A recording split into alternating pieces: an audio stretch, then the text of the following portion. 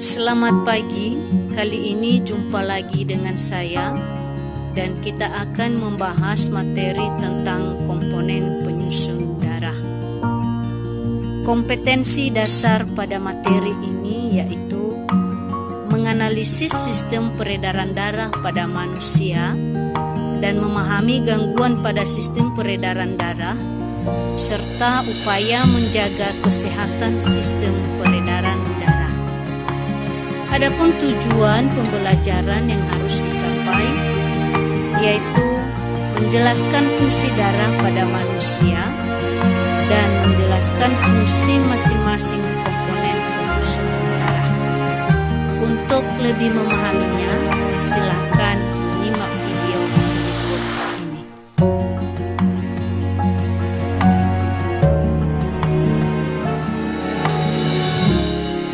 Pernahkah kita berpikir apa sebenarnya yang terkandung di dalam satu tetes darah kita?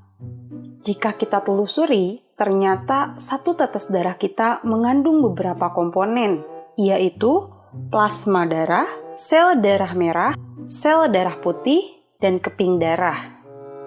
Plasma darah. Plasma darah merupakan jaringan ikat yang komposisinya berupa matriks cair. Di dalam plasma mengandung 92% air dan sisanya mengandung zat lain seperti nutrisi, sampah dan hormon, ion-ion, dan protein. Pada protein mengandung komponen seperti albumin, globulin, dan fibrinogen. Sedangkan serum darah yang kita kenal merupakan plasma darah yang fibrinogennya sudah dihilangkan. Sebagaimana kita ketahui, fibrinogen merupakan faktor yang berperan dalam proses pembekuan darah. Eritrosit. Setiap 1 mikroliter darah ternyata mengandung sekitar 5 juta sel darah merah atau yang dikenal sebagai eritrosit. Eritrosit pada manusia membentuk piringan kecil bikonkav atau memiliki bagian yang lebih tipis di bagian tengah. Eritrosit pada mamalia dewasa tidak mengandung nukleus, dan pada eritrosit mengandung hemoglobin yang berperan dalam transport oksigen. Pada vertebrata, hemoglobin hanya ditemukan pada eritrosit, sedangkan pada invertebrata, penghantaran oksigen tidak selalu oleh hemoglobin dan adanya pada plasma darah. Leukosit. Keberadaan leukosit atau sel darah putih kurang dari 1% sel yang ada di dalam darah manusia.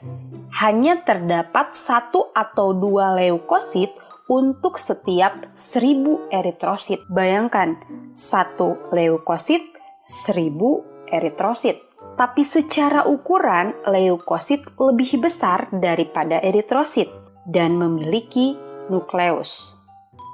Tidak seperti eritrosit yang hanya ditemukan pada sistem sirkulasi, leukosit dapat ditemukan di luar sistem sirkulasi.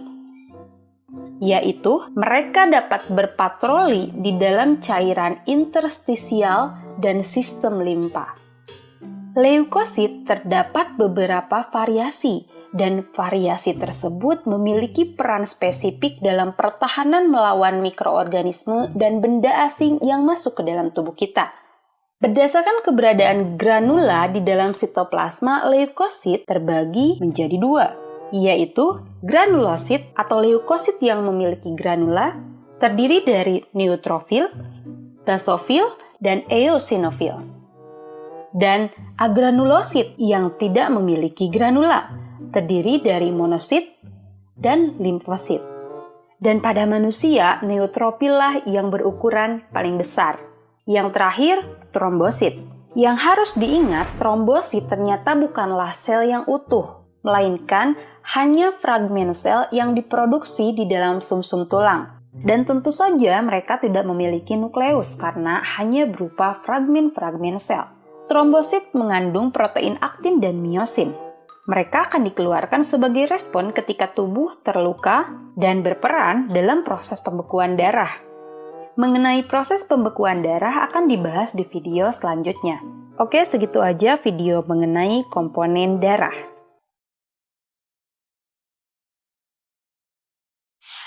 Jangan lupa subscribe, like, share, komen.